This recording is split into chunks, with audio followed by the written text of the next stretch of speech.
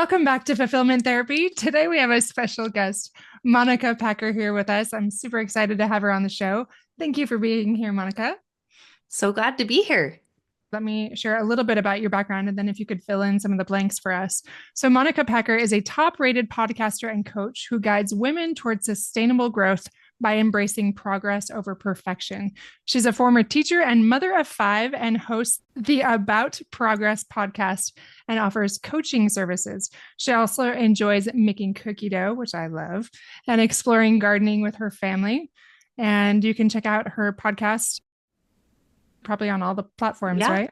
we're everywhere. Yeah. Awesome. Yeah, tell us a little bit more about that and your journey and who you are.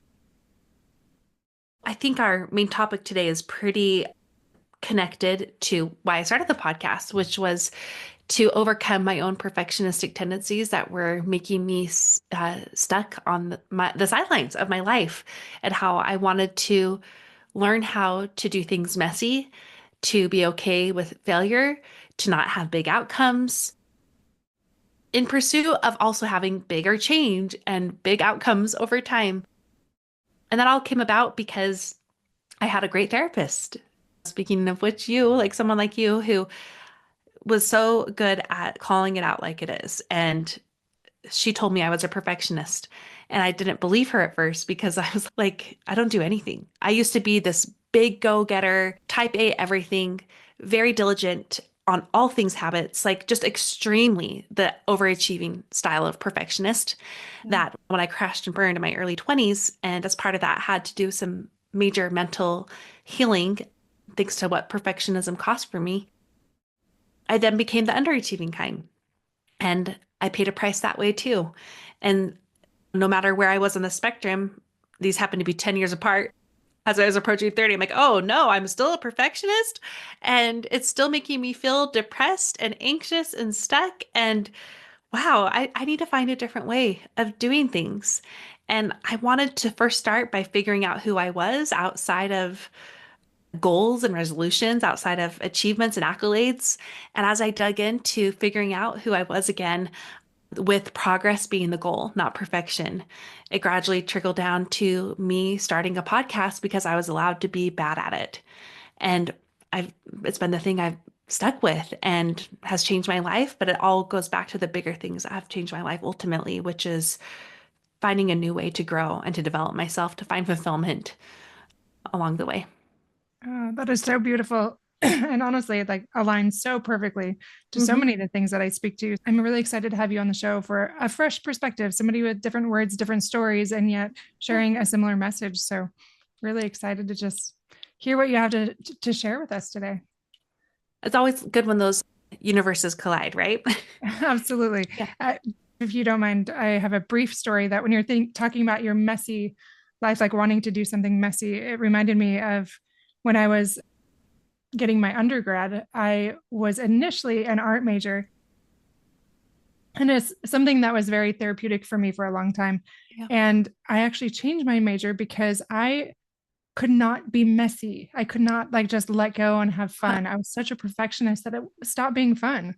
And I often think back Yeah. on that. Like if I could have been messy and just let my hair down and just been crazy, like Yeah. what that could have looked like. And I'm Mhm. learning that now too. So I love that I'm not the only one. It's nice to not feel so alone in that. Yes. If I may, that's one of the reasons why at my almost 30th birthday that I realized, hey, I don't want to live like this anymore. And it's because I looked back on all the things I put down thanks to perfectionism. And I also looked at all the things I never dared to pick up because of that same perfectionism. And like you, I had something that I was really passionate about for a very long time. Throughout my entire childhood through teenage years, I was a dancer. And that requires, just like art, a lot of diligence and exactness and certain body types. And it had been such a joy and a passion for me. But as I was approaching 18, didn't love dance anymore. I hated it. I avoided dance class, which is something like I never had done before because they were so expensive. And it was just like you always go to ballet. And then I just gradually realized I had lost my joy of dancing, but it was because of how perfectionism robbed that joy. Because I wasn't this prima ballerina, because I didn't make the groups I wanted to in college because I would never go to Ballet West or something like that. I just could only see my weaknesses and how bad I was at certain things or how my body looked, and instead of being me in that place. And one of the weird things that I picked up, I joined a dance troupe locally. And at first, it was really difficult because I was even worse than I was. Like all these things I thought I was bad at before were way worse. I felt like I could barely touch my toes at that point. So I had to self-confront a lot about how it was okay that I wasn't this like brilliant dancer anymore.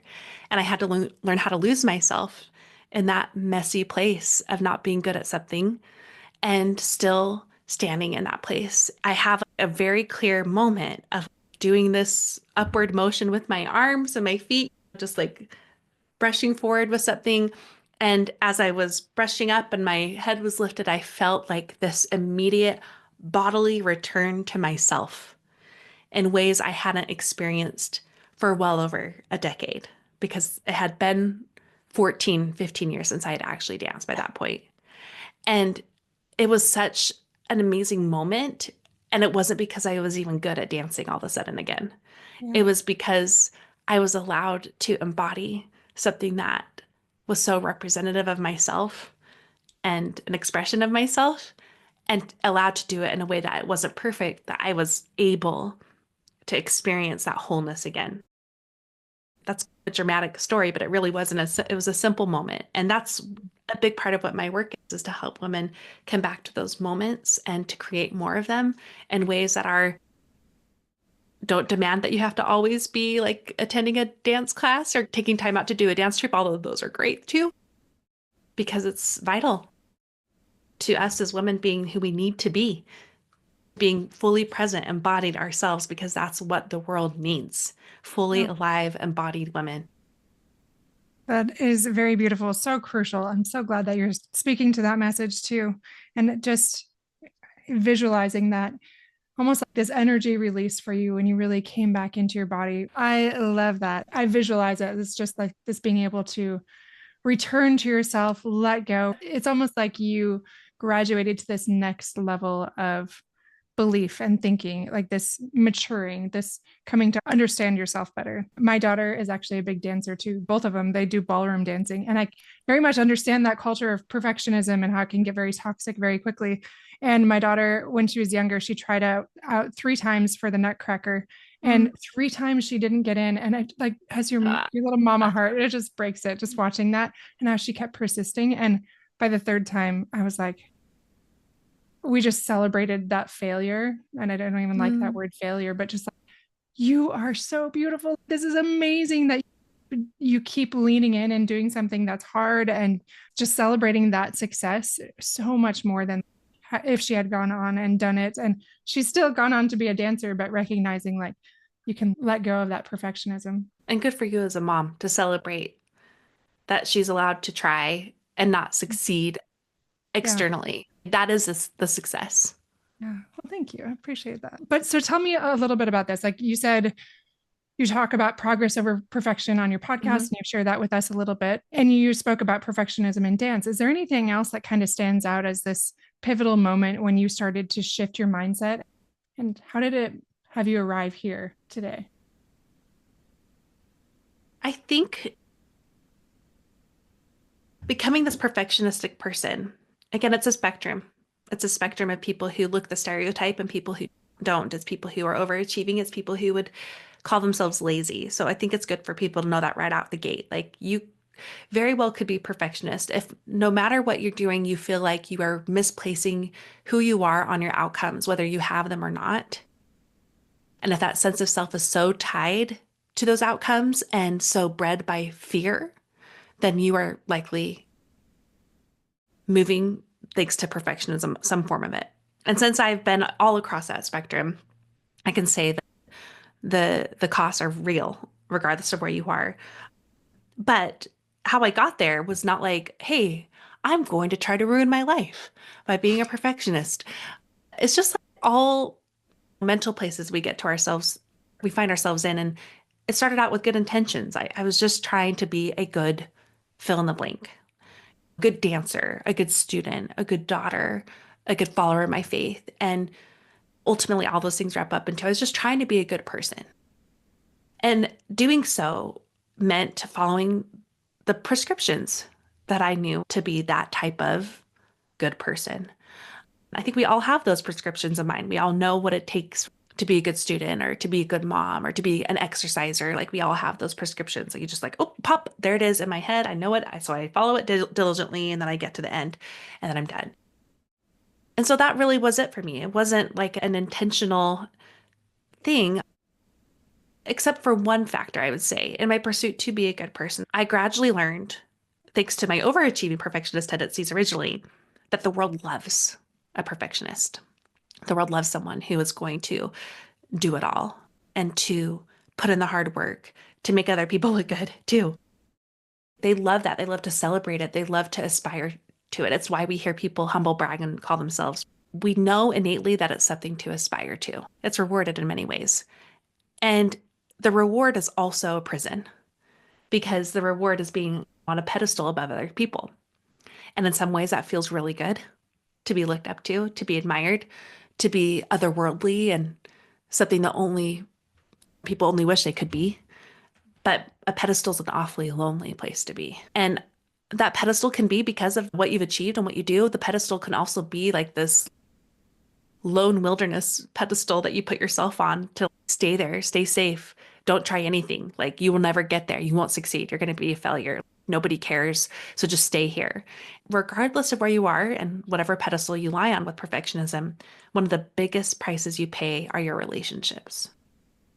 And that was true for me when I was the stereotype, and it was true for me when I wasn't, is the price I paid were my relationships with my loved ones, with my husband, with my kids, with my friends, with my family. I'm thinking about my parents and my siblings, but also with myself. And that's really what I lost along the way. And that was the first step to me really finding a new way was I had to figure out who am I, period. Who am I outside of my successes? Who am I outside of my failures?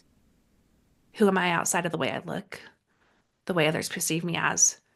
And figuring that out can be messy, but it honestly is the root of figuring out a way past perfectionism and how it holds you back, how it hurts you, how it creates a barrier between you and the people you love. I think that really is the heart of what has been the best part about trying to heal from perfectionism and find a new way and finding myself is that those relationships are in many ways light years better and healed from my closest family to myself. Monica, you are speaking to a lot of people in my audience, and not only my audience, like this is like speaking to me. And I really appreciate your authenticity, willingness to share your story. Like you have some great quote worthy things. I just want to share those again, if that's okay.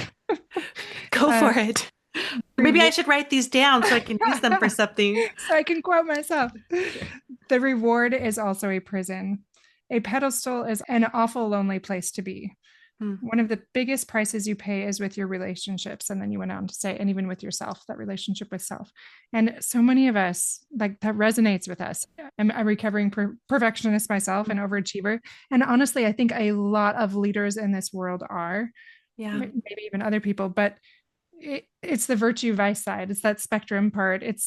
We lean too far one side and we're super effective on this other end. And then the other side is very lonely and dark and overwhelming because, man, we are so addicted to those to-do lists, that dopamine hit with doing all these things. And I was actually just in church talking about these very things, about how you get so many great high fives for doing all of this stuff. And yet it's an addiction in itself. And I suddenly have so much more compassion for people that have pornography addictions or alcohol, drug addictions, because they don't get high fives, but they very much have an addiction just like I do. And it's refreshing to hear you say it so clearly. So thank you for sharing some of that story. And thanks for giving me the space to.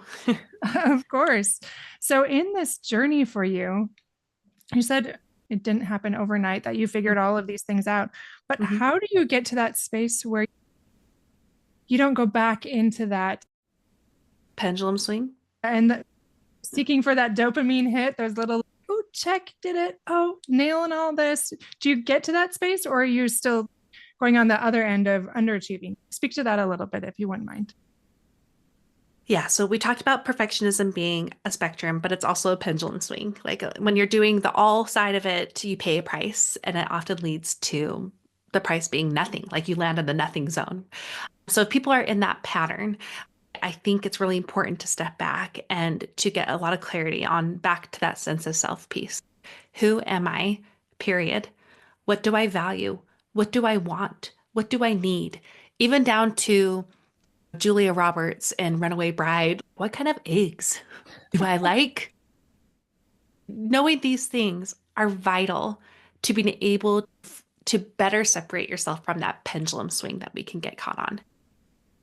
Because when we know ourselves, we can rise above our own tendencies better. We can ground ourselves back to who we really are when those tendencies creep up, because it is a tendency. Like perfectionism is a tendency, and I have to always be aware of it. We can ground ourselves. We can also persevere in ways that people probably think, wait, aren't you talking about perfectionism means that you shouldn't try anymore? No, that is perfectionism. The opposite of perfectionism isn't stopping. It's moving forward in a different way, where that sense of self is the compass. It's also the anchor.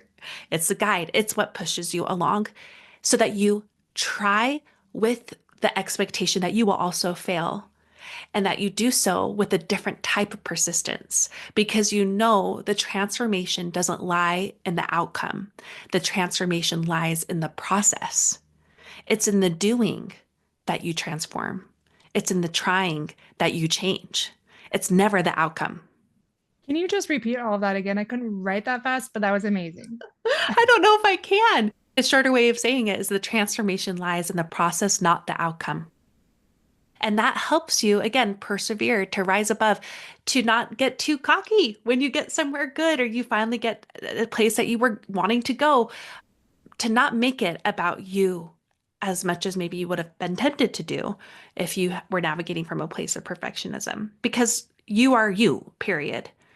And the craziest thing about this, Kendra, is that as you believe that the process is what changes me, that's what the point is. The point of everything is just in the trying and the doing, not the outcome. You actually get better outcomes. You're allowed to pivot. You're allowed to tweak. You're allowed to make a different choice as you go. You're allowed to try different things because it's not so personal when things aren't going your way. You're allowed to get help from people like you who are doing this hard work to help people along this path of progress, because you have a different way than maybe they're accustomed to trying. So that's the weird part of the story, is as I allowed for mess and mediocrity and failure to be a part of my path, I have grown exponentially. This is my 10th year of doing this whole experiment. I started the podcast like 11 months in to the experiment. So I have grown exponentially because I've allowed and made room for all of those things. So again, the opposite of perfectionism is apathy. That's not it. It's progress. It's still trying, but doing it from a different place and in different ways. So beautifully said. So many of those things. When I was thinking of names for my podcast, I kept going back and forth: fulfillment, progress, but progress has like so many different meanings. So I was like, oh, I don't really know if they'll get it. But yeah, very much passionate about these same things. So you're just speaking my language. I'm like beaming. I'm trying to write it all down really fast. I love what you're saying. I loved how you talked about there was exponential growth when you allowed for that mess, that mediocrity, that failure. Do you have any maybe quick personal examples, maybe recently, maybe a while ago, of how you could lean into that when that was so against your nature? I'll share one personal and one professional. Personal is, I have 5 kids, as you stated in the beginning. So far, 3 of them have been diagnosed with special needs, but we're pretty sure there's one more. They were like, oh, there's all this and they're coming up. So we'll just see how it goes and what that ends up being, because they're still quite young. Anyway, it's been a lot. It's been a lot. All of these things we just talked about. Do the small things we do actually matter? Is leaning into this process actually what changes us? Because guess what? I want outcomes.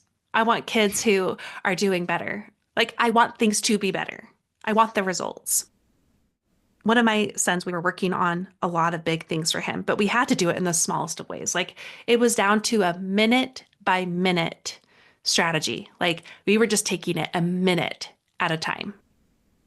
And one of the ways we were trying to do that was to help him learn how to regulate his nervous system. And this was well before anybody knew that language. Like, when I first heard about it from my amazing counselor after we'd moved 4 more therapists with him. Anyway, when I first heard about that, I was like, what magic are you talking about? I've never heard of this. Anyway, so we were working on just helping him learn how to regulate his body because that was a big part of what was creating his behaviors. And it was like it was like climbing Everest. It was like impossible. Like, I could not get him to take a deep breath for the life of him. And one of the times that I was trying to work on it with him, that wasn't the only thing we were doing, but that was one of the things. That was a minute by minute thing. Okay. He literally screamed at me, "It's not working." Like, eyes bugged out, screaming in my face, "It's not working." And I felt it too. I was like, oh, snap, this is not working. Like, this is not fun. The little things we're trying to do, like, none of it's working. Please, somebody give us like a magic pill, a magic person, like, fix this overnight because it is disrupting our entire lives. But then about a year in, he was having a moment where he was about to have a meltdown, and I saw him take a deep breath all on his own. And I was like, whoa, it was working. We were changing. Things were happening. And now it's several years later, and he's a totally different kid. But it's not because he's different. Oh, he changed the ways I wanted him to. No, he's himself now in ways that we were really pushing to. And I remind him of that moment all the time. And I'm sure it's so annoying because it's so good for us to both remember. And anything from like where he's working on grades or friendships or something as deep as mental health. Remember when you thought that the small things you were doing were not helping, and they were the very things that created the change you needed in your life. It's working. You are changing. So that's the personal example. And the professional one, and I know these professional examples don't interest everybody, so I'll keep it brief. I told you I've been podcasting for over 8 years, and you asked before we got on the show if I've always loved it. And I was like, I've actually hated my podcast several times and almost quit many times. Podcasting world, if you're trying to do it for just a business, just for people to know, is a really tough way to try to bring in income for your family. And it's been that way for me, and arguably have one of the top podcasts in the world. But because you're not like a celebrity podcasting about their sitcom, you're probably not going to make big bank off of your show. And anyway, it just got to the point in 2024 where I was like, this show was great. It changed a lot, but I can no longer do it for free. And I can't also do it. I can't pay to do the show anymore because that's how it had been off and on for several years. Like, I paid to do my work. Anyway, so I felt like I wanted to just be done. And it felt so personal. I think anything does. You really worked on something for years really hard. And instead of quitting, I set a deadline to stop. I told myself, just do it for this year. Set a deadline at the end of the year. And if you're still feeling this way, and if things are still looking this way, you're allowed to stop. You're allowed to pivot. You can go a different direction. And during that year, it was stressful still. I'm going to be very honest. It wasn't like, oh, you have a deadline to stop, so just it's going to be fun all along. It was not. I had a lot of self-doubt, a lot of stress, but because I gave myself that space to be there, I was allowed to get curious about different ways to build my podcast. I was allowed to try different things. I was allowed to still call my shots on big guests and all that. And so now it's 2025. I obviously didn't quit, but I got to tell you, I still have those options tucked in my back pocket. I still have my plan Bs and plan Cs. And I still know that if I decide to stop tomorrow, it's okay. But because I gave myself that allowance, and I still do, I just aired today the biggest podcast guest I've ever gotten. And I'm just really sitting in that today.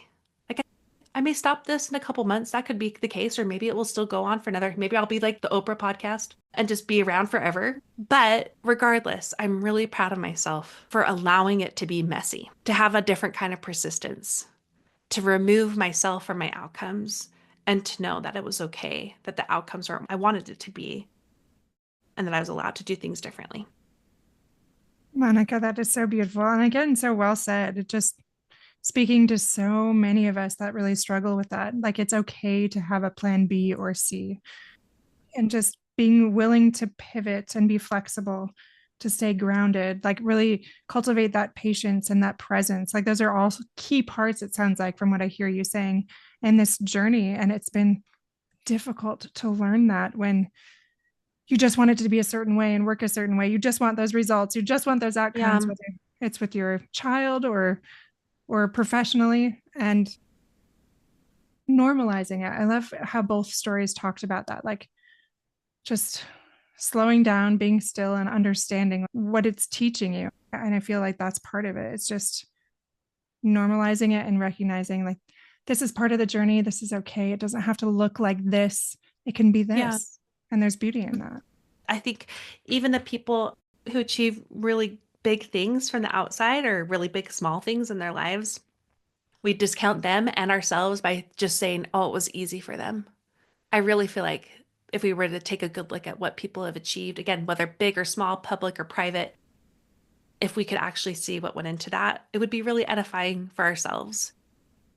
And we would be able to give them better credit too for what they did to get there. Some people do get a big break. That is true, but they're very rare and they pay a price for it too.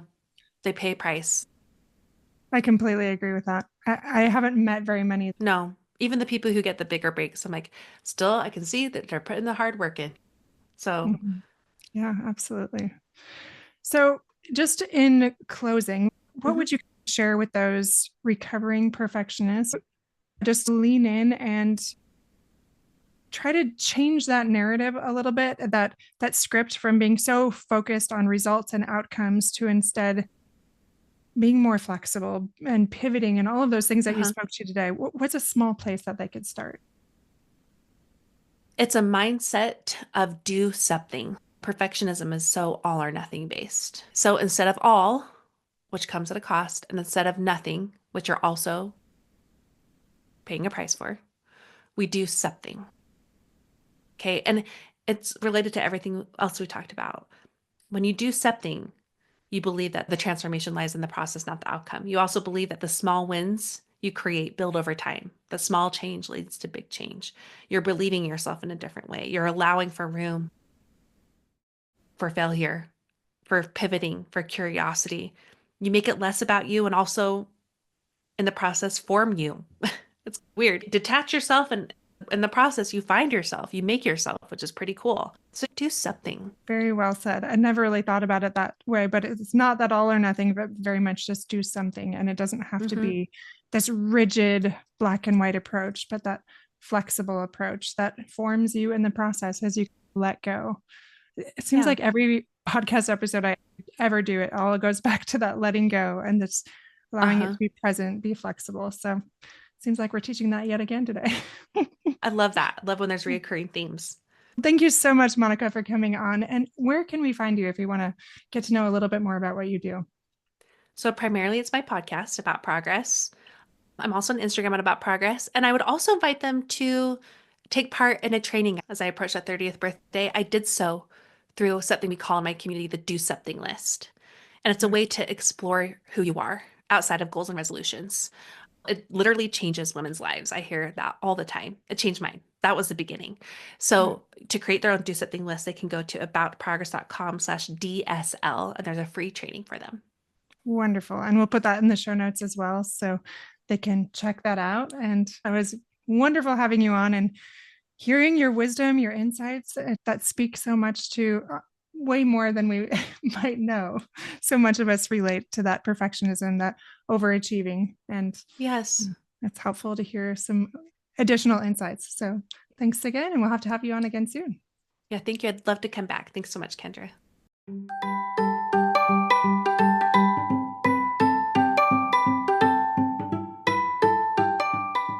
Hey friends, I hope you enjoyed today's episode. If you did, chances are someone else would too. Would you take 30 seconds to share this with a friend who's looking for greater family fulfillment?